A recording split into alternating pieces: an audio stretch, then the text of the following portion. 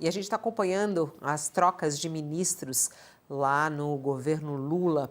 E ontem teve troca no Ministério das Mulheres. Cida Gonçalves deixou o governo Lula. Lula ontem anunciou que quem vai substituí-la é a Márcia Lopes. Ela foi nomeada ontem. Márcia Lopes substitui Cida Gonçalves, que ficou 2 anos e 4 meses no cargo. Com a demissão da Cida, já são 12 mudanças de ministros no governo Lula desde o início do seu mandato. E a ministra Cida Gonçalves está conosco ao vivo aqui para falar um pouco sobre essa saída do governo. Olá, ministra, muito bom dia. Seja bem-vinda aqui ao nosso All News.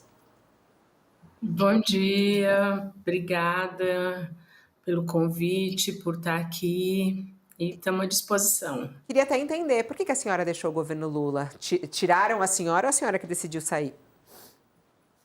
Acho que foi uma decisão conjunta, na verdade, né? Acho que 2 anos e 4 meses deu para a gente colocar um ministério, na verdade, montar um ministério, porque nós não tínhamos, né? A gente já teve no governo do presidente Lula e nós tivemos no governo da presidenta Dilma a secretaria especial, que era status de ministério. É a primeira vez que a gente vai ter, de fato, o ministério. Então, trabalhar, organizar, montar as estruturas e logo depois também de uma gestão anterior que não tinha nenhum compromisso com a política para as mulheres foi mais desafiador ainda, né? Então todo esse processo foi sendo puxado dentro da gestão, da organização, estabelecer planos prioritários, um planejamento, né? Agora eu acho que passa a ser um outro momento, que é um momento mais da disputa política, de uma linha mais geral, de um dinamismo diferente para o Ministério, que eu acho que tem a ver com o processo que a gente está vivendo agora, que não é o meu perfil, né? Isso eu conversei com o presidente Lula, o meu perfil é mais gestor, mais organizador, muito mais do que político e tudo mais. Então, eu cumpri a função que eu tinha que cumprir no Ministério das Mulheres. A senhora ontem, ao anunciar sua saída, inclusive, dizia que não foi por incompetência, não foi por assédio, não foi por rixa, mas falou em algum momento ali que tem uma hora que sente um esgotamento. A senhora está se sentindo nessa situação, talvez uma pressão, um esgotamento? Como é que a senhora se sente hoje ao deixar até o governo Lula, até um pouco de alívio? Eu estou bem aliviada, verdade, assim, eu acho que recuperar algumas coisas, acho que não é nem a tensão, eu acho que são os diversos conflitos que estão colocados, as negociações, os processos, as agendas puxadas, né? Eu acho que discutir o tema, na verdade, da questão das mulheres hoje é desafiador, porque é aqui que a gente concentra efetivamente a maior disputa, principalmente ideológica que está colocada, que hoje a gente vê um aumento do feminicídio, um aumento da violência sexual, a gente vê, então tudo isso é a discussão sobre o nosso corpo, como fazer, como não fazer, e esses são os maiores conflitos que nós temos hoje, efetivamente, na sociedade brasileira, né? Então, ele é puxado, acho que esgota, cansa, né? Primeiro de organizar, de colocar a pauta. E a outra coisa, eu acho que assim, acho que apesar de estar meia esgotada, mas eu também estou muito feliz. A gente está entregando um grande resultado, né? Nós estamos entregando um ministério pronto, nós estamos aí com 17 casas da mulher brasileira funcionando no país, 16 em construção, 19 em implementação. Nós vamos inaugurar 21 centros de referência. Hoje, inclusive, a ministra Márcia Lopes inaugurou, junto com o governo ibanês, aqui o centro de referência no Recanto das Emas. Portanto, você já tem um processo de construção, de colocar o que estava parado para andar, agora é o processo de entrega, é o processo de resultados, e, portanto, acho que a gente avança. A lei da igualdade salarial, que nós conseguimos aprovar no Congresso, ela já apresenta resultados positivos nesse momento, então acho que a gente consegue entregar bons resultados. Nós construímos com a força, com o apoio do presidente Lula, mas nesse momento é um momento de fato de troca. Eu acho que tem hora que a troca é necessária. Bom dia, antes de mais nada, obrigado aqui pela presença no All News, né? A avaliação digamos que a maioria das mulheres, das brasileiras que estavam na CSW, né, na Comissão para a Situação da Mulher lá na ONU, né, com a qual eu conversei, mesmo aquelas que eram bastante críticas à sua gestão, elas falaram que era ruim tirar uma pessoa que veio do movimento feminista, que faz parte do movimento feminista, e colocar no lugar alguém que não faz. Como é que a senhora avalia isso? Eu acho que são processos, né, Sakamoto? Eu acho que talvez seja um momento de falar com um público mais amplos, né? O presidente quer um debate sobre a questão do empreendedorismo. A gente vem aí num debate que nesses 2 anos e meio a gente não deu conta, que foi discutir a questão das mães, porque tem muita coisa aqui parada. A lei né, a revogação da lei da alienação parental, a questão efetivamente das mães atípicas, que a gente não conseguiu avançar e que eu acho que com uma outra pessoa que vem de outro lugar, com uma outra postura, talvez possa avançar naquilo que eu não consegui avançar enquanto ministra, né? Eu acho que essa é uma situação. A segunda, o movimento de mulheres ele foi muito parceiro, com críticas severas, corretas, né?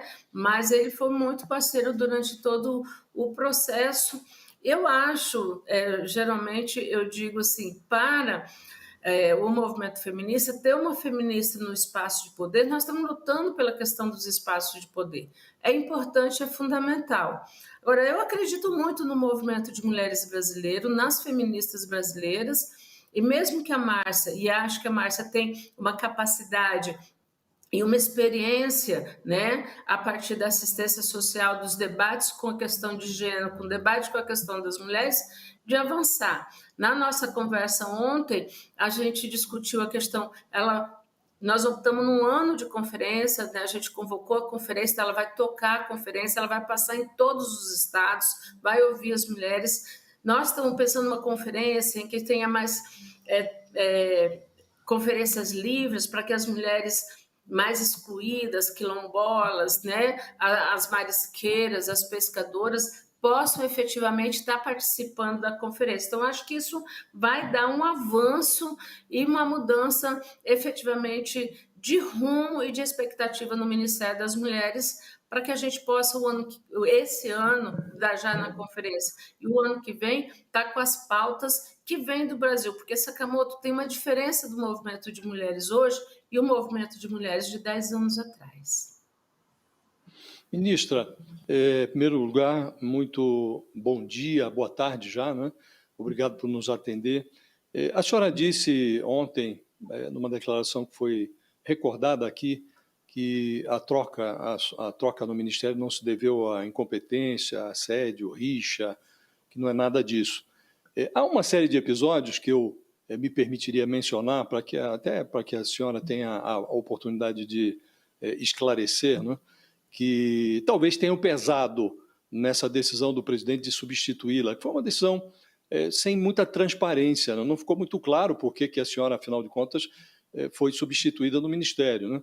Houve uma acusação interna de assédio moral, houve queixas no Planalto em relação ao desempenho da senhora, houve uma representação na Comissão de Ética da Presidência que foi efetivamente arquivada, um processo em que a senhora era acusada de negociar a demissão de uma auxiliar, propondo verba para a campanha dela como deputada. Veio à luz uma gravação divulgada pelo Estado de São Paulo, na qual a senhora aparece, a sua voz, dizendo que privilegiava os contatos, os telefonemas da primeira-dama Janja, sempre que ela ligava, a senhora atendia prontamente, fazia o mesmo em relação a outros ministros no Palácio, como Rui Costa, mas enrolava ministros como Alexandre Padilha, o Márcio Macedo. Acha que esse conjunto pode ter interferido na decisão de substituí-la?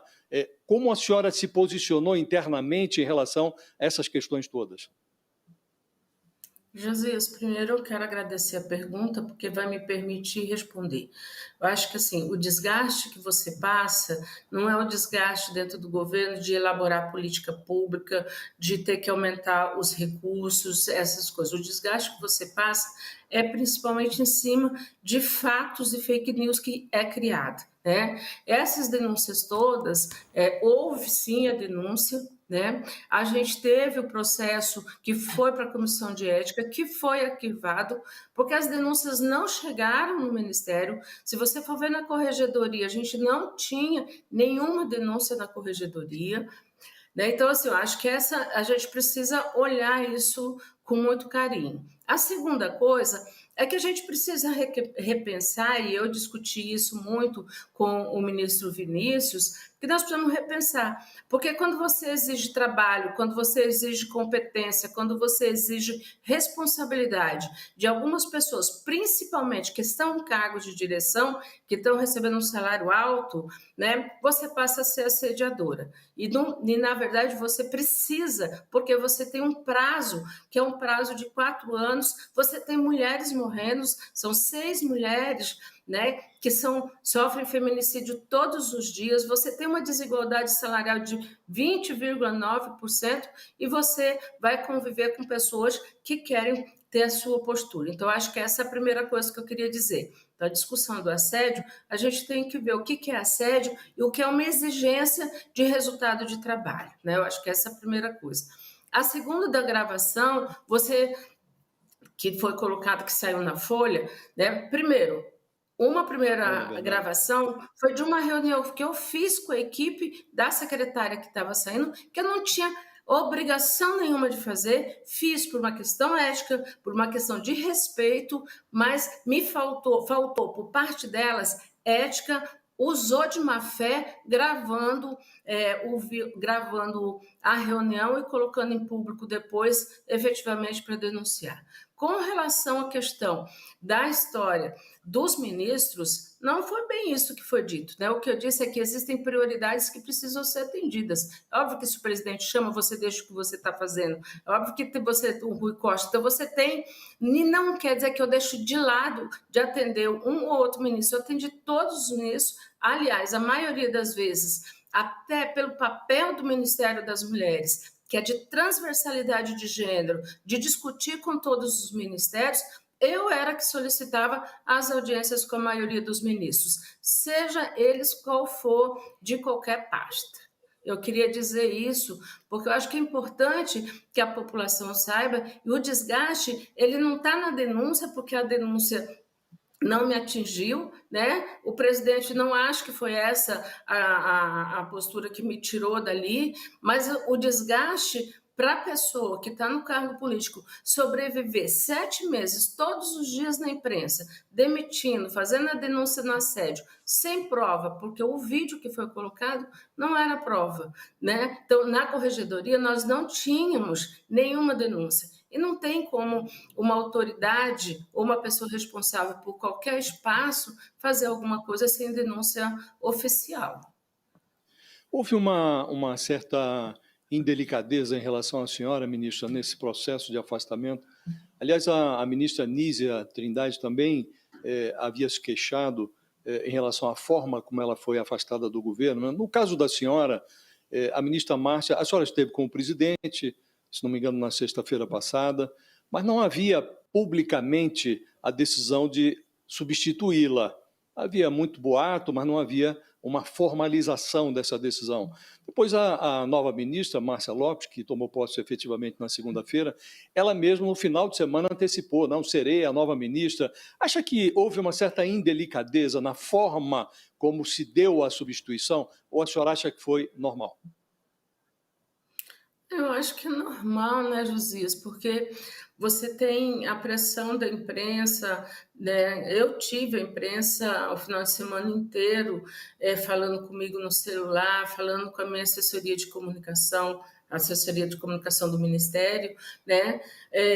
E você tem que resistir. Agora, quem está chegando, né, a pressão é meio maior, então, assim, não acho que foi falta de respeito, não acho que foi incompreensão. O que eu acordei com o presidente Lula, a gente acertou que eu disse que eu não queria ficar 10 dias para fazer a transição, eu queria que fosse imediato, né? Eu queria que antes dela sair a gente conversasse, porque é necessário dizer para a população e é necessário dizer para todas as pessoas que essa saída não é uma expulsão minha do governo, não é essa a discussão é uma saída nesse momento estratégica que precisa, o governo precisa e eu também preciso. Então, pronto. Então, houve um acordo entre a pessoa da Cida Gonçalves e o presidente Lula para essa saída. E por isso foi a emergência dele dar posse para ela ontem. A senhora foi informada quando que estaria de saída? Quando que o presidente Lula lhe avisou? A gente conversou na sexta-feira. Foi na sexta-feira que nós conversamos. E aí o outro nome já estava em andamento, ela já estava também, inclusive, anunciando. Isso não te deixou nem um pouco chateada? Eu acho que faz parte do processo, né? Você está no cargo e você tem toda a imprensa, então, os processos é assim que se dão, gente. Eu acho que na política você tem a discussão que pode ser pactuada ou pode não ser pactuada, mas que, na verdade, você vai construindo. Eu não acho que o presidente Lula já estava com tudo resolvido, como se cria a imagem de há 1 mês, há 2 meses atrás. Acho que tinha pré-conversas, você vai fazendo pesquisa. Agora, eu quero dizer para vocês assim, que eu estou saindo, estou voltando para onde eu vim, né? Estou indo para o ministério, estou voltando para o movimento. Eu gostaria de dizer da importância, por exemplo, do que foi a mudança da lei da igualdade salarial. Nós continuamos com 20,9%, mas nós aumentamos nesse terceiro relatório de transparência, nós aumentamos o número de empresas que a diferença salarial é de 5% e não de 20,9%. Óbvio que nós queremos zero de desigualdade. Aumentou o número de empresas que contratam as mulheres negras e mulheres indígenas. Diminuiu a diferença na questão operacional e administrativa em 2,9%. Então, acho que são resultados importantes que nós estamos deixando. Nós tínhamos, quando nós assumimos em 2023, 238 secretarias municipais de mulheres. Hoje nós temos 1.100 secretarias e a meta é a gente chegar no final de 2026 com 1.500 a 2.000 secretarias para que a gente possa ter capilaridade na política para as mulheres. Ministra, nós estamos com 180. Né, com mais de 2.000 ligações dias sobre a questão da violência contra as mulheres. Nós pegamos um orçamento de 37 milhões e nós estamos deixando 370 milhões. É pouco, não é suficiente, mas nós tivemos uma subida no orçamento. Então, eu queria trazer esses elementos, que são os elementos da minha avaliação, que são resultado do trabalho do Ministério das Mulheres enquanto eu estive à frente. Ministra, dentro dessa discussão a respeito da retomada, né, da atuação na área das mulheres, né, durante o atual governo, eu queria que a senhora falasse um pouco como é que a senhora viu, o que o governo Lula vinha fazendo de fato para garantir o acesso ao aborto legal.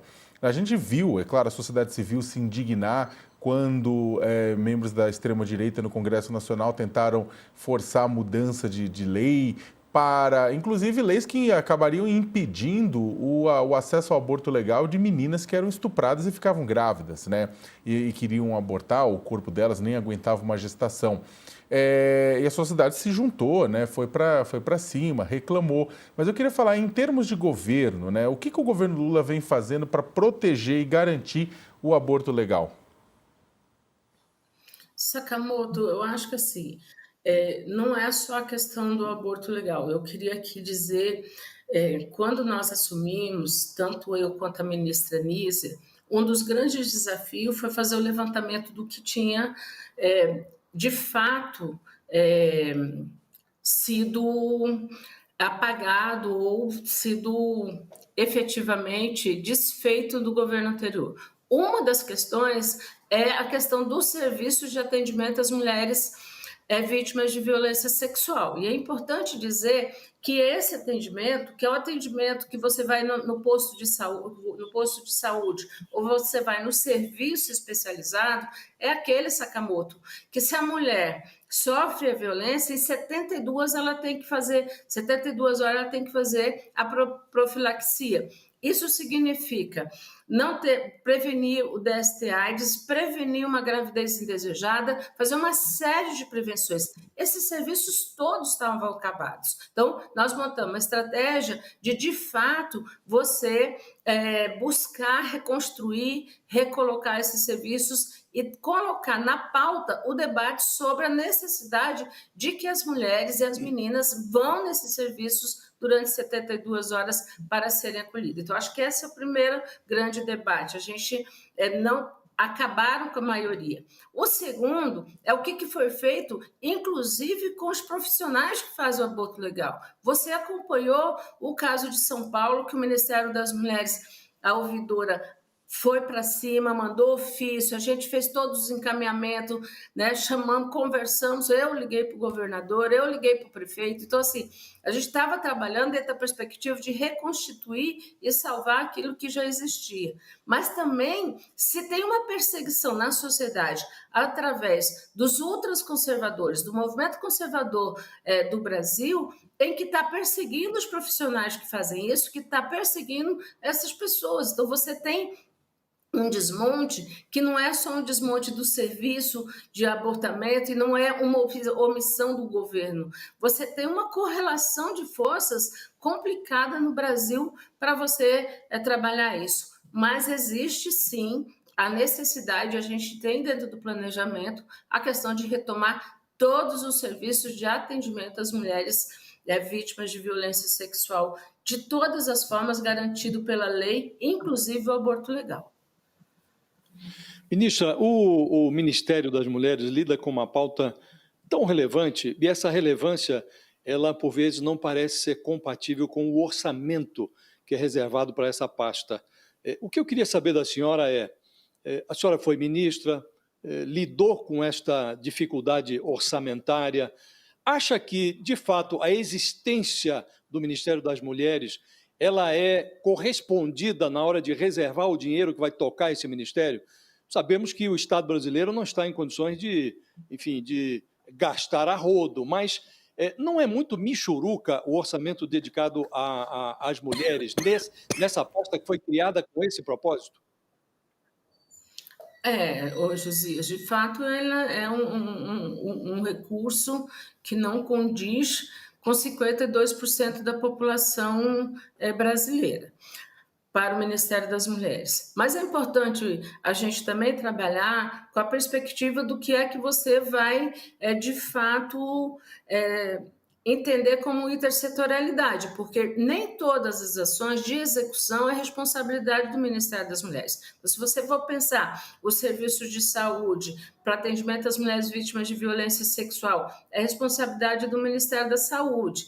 As delegacias especializadas de atendimento à mulher é responsabilidade do Ministério da Justiça. Então, você vai ter diversas áreas trabalhando o tema das mulheres. E, portanto, nós fizemos, a ministra Simone Tebet, fez, junto com o Ministério das Mulheres, o PPA transversal, que deu quase 4 bilhões de investimento em todo o governo, que são para as mulheres. Aquelas específicas e as indiretas, como o programa Bolsa Família, como diversos outros programas, Minha Casa Minha Vida, que são os que atendem prioritariamente as mulheres. Então, nós precisamos pensar qual é o orçamento que vai ter o Ministério das Mulheres e o que é o orçamento do governo para a execução de todas as políticas para as mulheres, Então, eu acho que nós estamos avançando dentro do orçamento transversal, os ministérios estão colocando recurso, estão aportando políticas, estão colocando no seu próprio PPA, mas eu acho que o Ministério das Mulheres precisa, sim, de um aporte de recurso maior. Até entendo o fato de ser um ministério com 2 anos e 4 meses, né? Entendo o fato do ministério ter chego com 30 milhões e aí para investimento, né, nos estados e na política só 23 milhões, chegar você subir para muito recurso depois. Então, acho que a gente tem que pensar e olhar todos esses processos, mas nós precisamos de muito mais recurso. Ministra, muito obrigada por aceitar nosso convite. Imagino que não seja fácil no dia seguinte ter que falar sobre tudo isso.